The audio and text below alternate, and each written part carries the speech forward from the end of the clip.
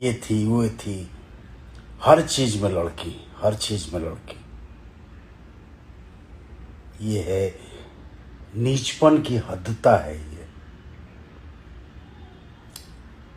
मैं अभी लाइव आता नहीं, लेकिन लाइव आया हूं लड़कियों को सचेत करने, जागृत करने कि तुम ऐसे कोई भी कदम ना उठाओ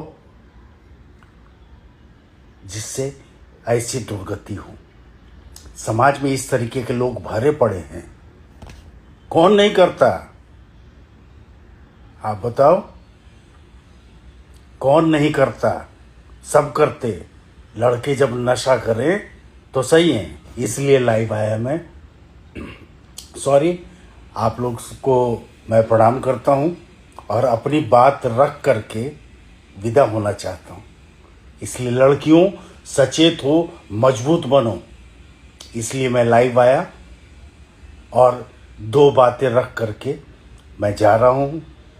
देख लो, ये है दुनिया का नाटक, इन लोगों का स्वांग।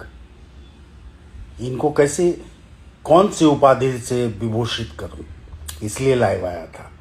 सबको प्रणाम करता हूं और अपनी बात रख करके विदा होना चाहता हूं।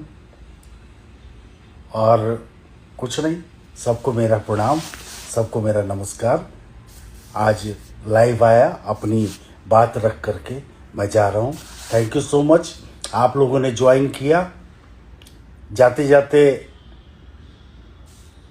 एक बात बोल ही दूं कि लड़कियों सचेत हो जाओ, मजबूत बनो, बस।